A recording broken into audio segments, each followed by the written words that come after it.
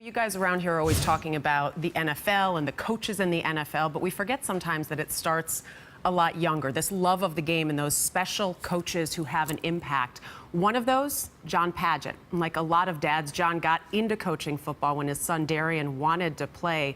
But unlike so many others, he kept coaching even when his son left the 5th and 6th grade team behind. A decade later, there was John, still coaching and volunteering for Washington Township, which is outside Indianapolis. And the inspiration he provided his players, which when he needed it most, they also gave him, is a story worth sharing.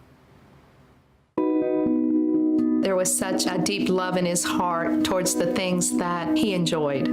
He was very passionate about music. He taught himself how to play the guitar. He also was very passionate about football, especially the Vikings. Of all the interests John Padgett had throughout his life, none seemed to give him more joy than coaching. I believe he got a sense of purpose. I believe that was one of his passions, of something he could do to make a difference. 2 years ago, he was not able to breathe and thought he had pneumonia. And they called the next day and said, there's something else that we need to be concerned about, and I need you in here for an x-ray. So it all snowballed from there. John was diagnosed with Hodgkin's lymphoma. 6 months later, they found cancer in his lung. What did the doctor tell you at that point? He told us 12 to 18 months. Though John never put a time limit on it. He lived day to day. We're doing chemo, we're doing radiation, and all through that, can I still coach? I need to coach. I can't stop coaching. And the doctor said, if you feel like it, you do it. So in September, John started another season of coaching, as determined as ever to win the league championship that had eluded him for 9 seasons. The whole league had known that John was coming back and was still sick.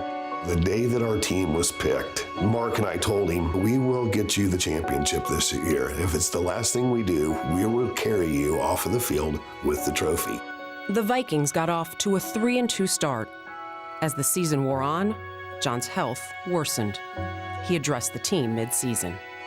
He wanted to tell the kids that, things were getting a little bit worse. He was sick, he had cancer. We'd known, we'd seen him come to practices with air tanks, and we know he was not in good shape. He'd have to drive the golf cart down to the field, and that was pretty sad to see. If he just called like a small play, he'd take a long, deep breath after it, and then call another play, and he'd always hunch over. Hard to watch. Yeah. Mark and I said numerous times, why would he still be here? Still coaching these kids, and that's when Mark and I realized how much he really loved to coach. That was his joy. That was keeping him going. It was keeping him going. We had this chant. We would always say, "Who's this for?" And we'd always scream, "Coach Padgett." And all the games we won, they were for him. And so he could keep on going and see us play in that championship game. Rallying around their coach, the Vikings won the rest of their games and clinched a berth in the Super Bowl. Take us to the championship game night. What did it take to get him there? We probably started 3 hours early, getting him ready. By that time, he was in a wheelchair and was not able to walk much at all. It just labor breathing. He was drowning in his own lungs, and we got there, got him in his golf cart, and they gave a chant and a cheer. Hey, who we playing for tonight? Coach Padgett! Coach Padgett! Coach Padgett! We were ready to hit hard because we knew it was for him, and we knew that he didn't have much longer to live, and we had to win this for him, and everything we've done was for him. The Vikings and Chiefs traded scores early and ended regulation in a 6-6 tie. In overtime, the Vikings struck first with a score and an extra point conversion. The Chiefs then countered with a touchdown of their own, needing their extra point to tie the game again. I was screaming out. I was trying to keep everybody up. It's all right, one more play, we got this. And we're just yelling at the boys, get him, get him, get him. The Vikings are a Panther Division Super Bowl champions. The boys were jumping and they ran to the golf cart, and it was a movie moment. I went and gave Coach a hug and just told him that this was all for him and that he should enjoy it. We just told him, we got it, it's yours. And just the smile on his face was enough for the whole season. It was perfect. It was a perfect evening to watch him coach that last game.